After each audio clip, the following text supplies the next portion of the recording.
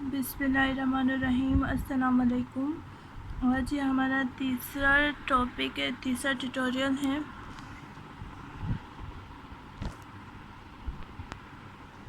और आज हम अपने तीसरे ट्यूटोरियल में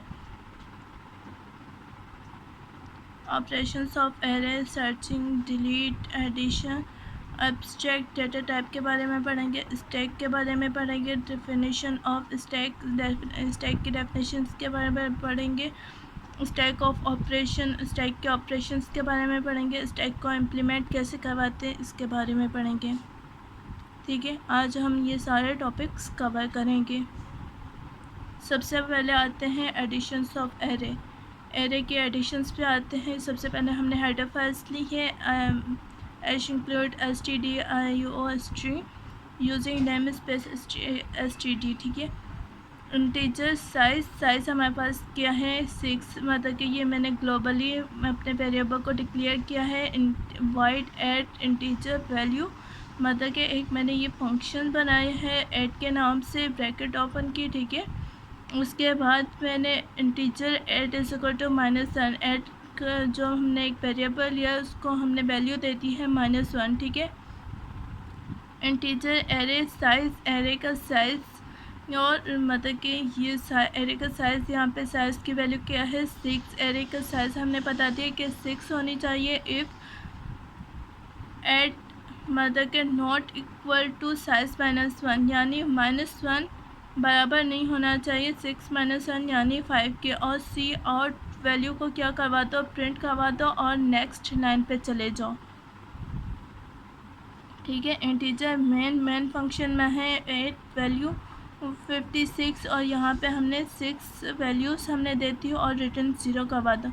ये मेमोरीज ब्लॉक ऑफ मेमोरीज है। ठीक है, और यहाँ से इसकी इंडेक्सिंग 0 से स्टार्ट हो रही है। ठीक है, हम जो ऐड करवा रहे हैं सबसे पहले ब्लॉक पे करवाएंगे, फिर देन हम इस तरफ से मूव करवाएंगे। ठीक है,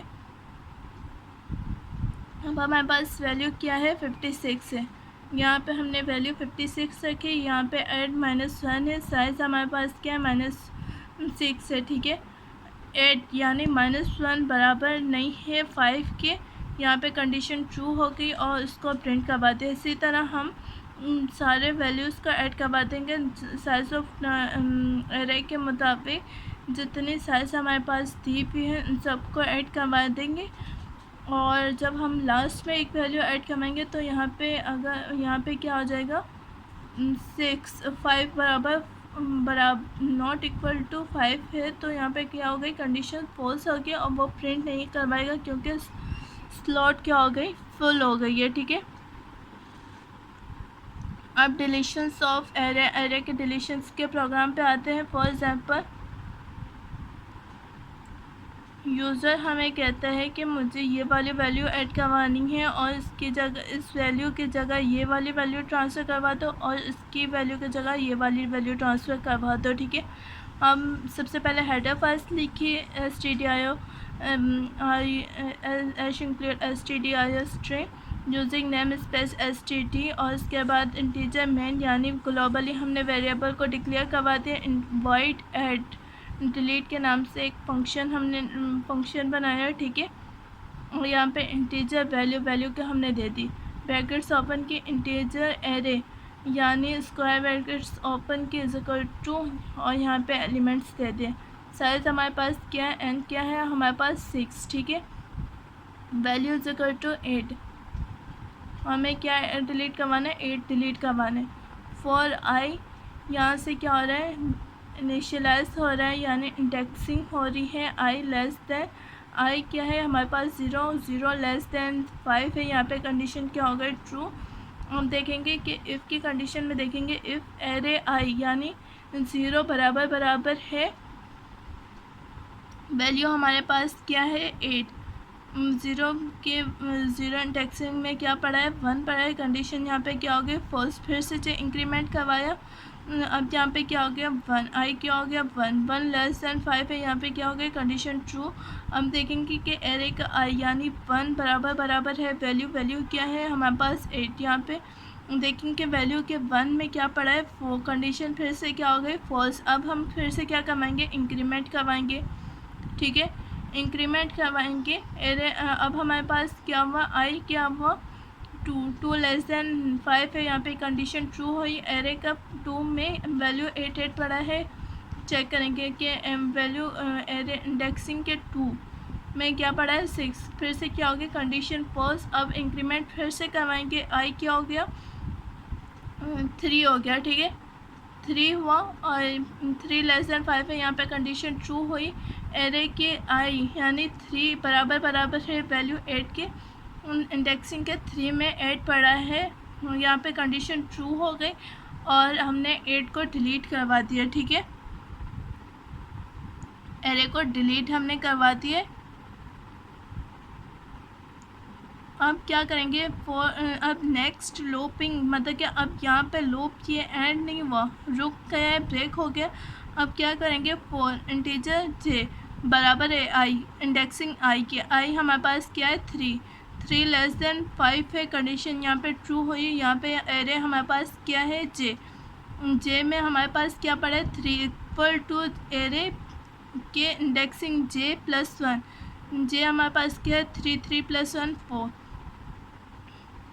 मतलब एरे के 4 जो है वो ट्रांसफ़र हो जाए इंडेक्सिंग के 3 में, मतलब कि 9 शफल हो जाए इंडेक्सिंग 3 में, शफल हो गया। अब ये वाला स्लॉट खाली लगे, हम इंक्रीमेंट करवाया, ठीक है, इंक्रीमेंट करवाया, आई जे हमारे पास क्या हुआ 4 लेस देन 5 है, यहाँ पे कंडीशन ट्रू हुई। चेक करेंगे एरे के J 4 is equal to array 4 plus 1 यानी 5 को उसने क्या करवा दिया, ट्रांसफ़र करवा दिया।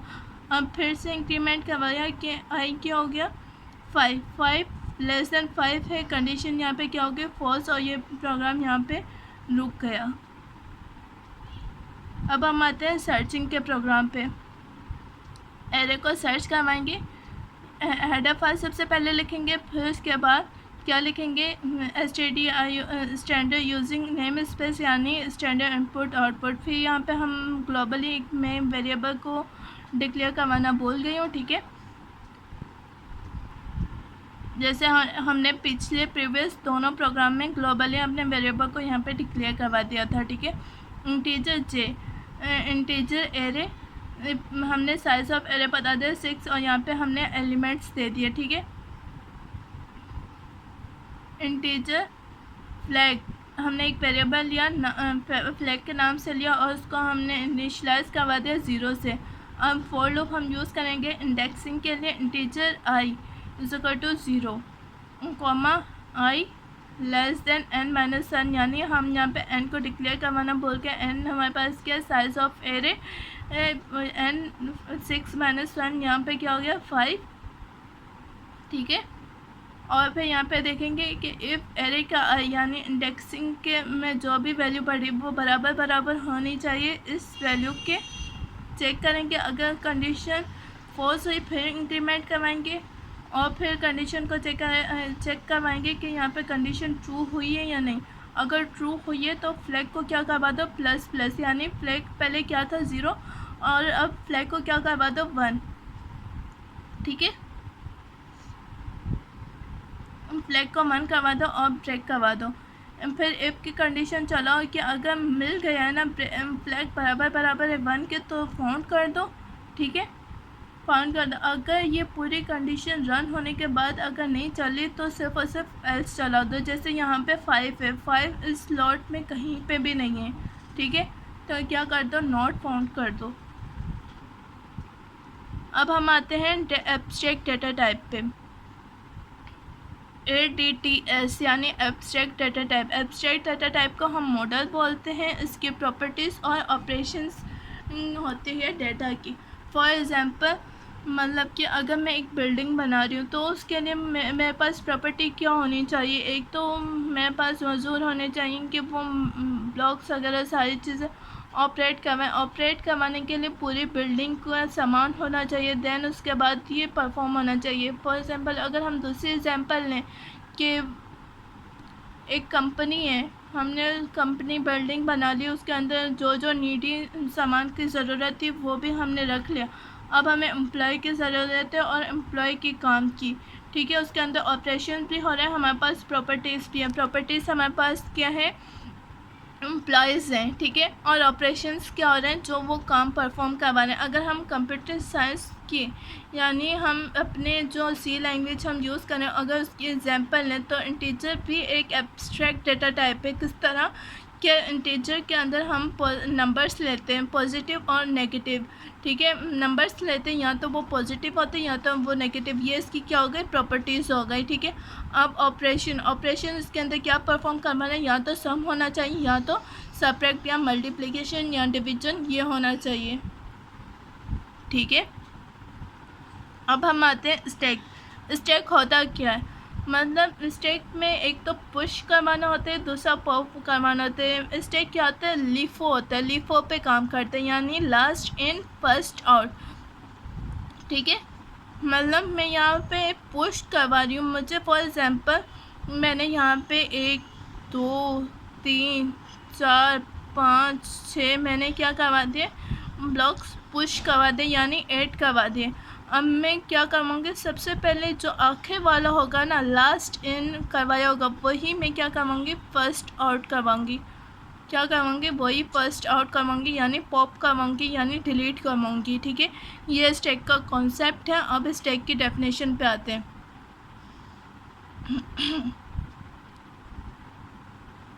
List of homogeneous element in which addition and deletions of elements occur only at one and called the top of the stack, यानी लिस्ट ऑफ homogeneous यानी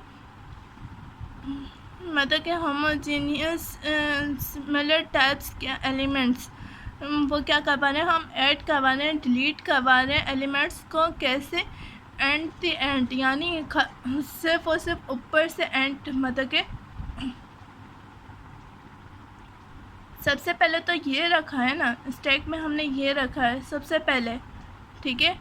तो वो कह रहे हैं and the end one side हम क्या करवा सकते हैं, एंड या तो हम डिलीट करवा सकते हैं, या तो हम ऐड करवा सकते हैं। इसको हम क्या बोलते हैं, top of at stack. For example यहाँ पे मैंने कुछ कर्टन्स वगैरह मैंने ये रखे हैं, बॉक्स रखे हैं, ठीक है। अब मैं एक इंटर करवा रही हूँ, दूसरा इंटर करवा रही हूँ, तीसरा इंटर करवा रही हूँ। कैसे, एंड ऑफ एंड से, at the end of and, मतलब कि आखिर से एंड करवा रही हूँ, ठीक है। फिर मैं वहीं से दूसरी साइड से मैं क्या करवा रही हूँ, एक्सेप्ट करवा रही हूँ। दूसरी तरफ से मैं एक्सेप्ट यानी पॉप करवा रही हूँ एलिमेंट्स को। अब मैं आती हूँ, हम आते हैं ऑपरेशन, स्टैक ऑफ ऑपरेशन, और स्टैक के ऑपरेशंस पे आते हैं, ठीक है। एलिमेंट्स आर ऐड, मतलब कि एलिमेंट्स क्या करवाना है, ऐड करवाना है, end to end remove from one destinate end, मतलब कि एक ही साइड से हम इसको रिमूव भी करवाना है, एक ही साइड से हम ऐड करवाना है, इसको हम क्या बोलते हैं, टॉप, ठीक है। अब पुश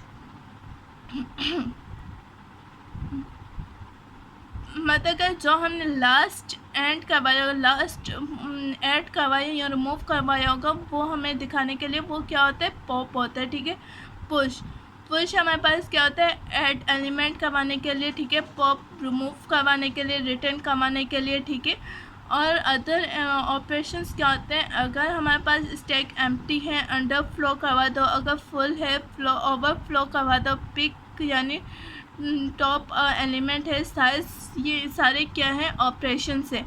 बेसिक ऑपरेशन ये पुश और पॉप है। अब इम्प्लीमेंट करवाने हैं स्टैक को किस पे करवाना है, एरे में, ठीक है। फॉर एग्जांपल यहाँ पे मैंने ब्लॉक ऑफ मेमोरी लिए हैं। अब नंबर ऑफ़ एलिमेंट मेरे पास क्या है, 0, ठीक है। अब मैं दूसरी साइड पे क्या करवा रही हूँ, पुश करवा रही हूँ, क्या करवा रही हूँ, ए को पुश करवा रही हूँ। अब नंबर ऑफ़ एलिमेंट क्या हो गया, 1, पुश करवाया ए, ठीक है। अब फिर से मैं क्या कर रही हूँ, पुश करवा रही हूँ बी को। अब नंबर ऑफ़ एलिमेंट मेरे पास क्या हो गया, 2, ठीक है। अब मैं फिर से पुश करवा रही हूँ सी को, ठीक है। अब नंबर ऑफ़ एलिमेंट मेरे पास क्या हो गया, 3, ठीक है। अब मैं टॉप करवा रही हूँ सेम, मतलब कि जो मैंने लास्ट में एंड करवाया उसको टॉप करवा दो, यानी उसको डिक्लेयर यानी शो करवा दो। अब पुश मैंने करवाया डी, ठीक है। सी के बाद नंबर ऑफ़ एलिमेंट कितने हो गए, 4 हो गए, और मैंने क्या करवा दिया, 4 को डी को ऐड करवा दिया। अब मैं करवा रही हूँ पॉप, यानी डिलीट करवा दो किसको, डी को। यहाँ से मैंने क्या करवा दिया, डी को रिमूव कर दिया। नंबर ऑफ़ एलिमेंट क्या हो गए, 3। इसी तरह मैं ई को करवाऊँगी, पुश करवाऊँगी ई को, तो मेरे पास क्या हो गया, नंबर ऑफ़ एलिमेंट कितने हो जाएंगे, 4 हो जाएंगे।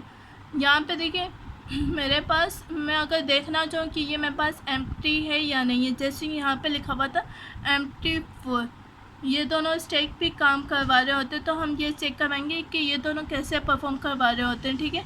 मैं बोलूँगी कि अगर मेरा स्टैक एम्प्टी है तो मुझे ये पता कि ये कंडीशन ट्रू है या फॉल्स, तो ये बताएगा कि कंडीशन ट्रू। अगर मैं इसको बोलूँगी कि मेरा एरे मतलब कि मेरा स्टैक एम्प्टी है या नहीं, तो कहेगा क्या कि कंडीशन क्या हो गई, फॉल्स। अगर मैं कहूँगी कि मेरा स्टैक फुल है या नहीं है, तो मेरे पास ये क्या हो जाएगा, फॉल्स हो जाएगा। जब तक ये फुल नहीं होगा स्टैक, तब तक ये कंडीशन क्या, फुल की कंडीशन, ओवरफ्लो की कंडीशन क्या हो जाएगी, बेकार हो जाएगी। आई होप आपको मेरी वीडियो पसंद आई होगी, और स्टैक और जो मैंने ऑपरेशंस मैंने पढ़ाए हैं वो आपको समझ आए होंगे।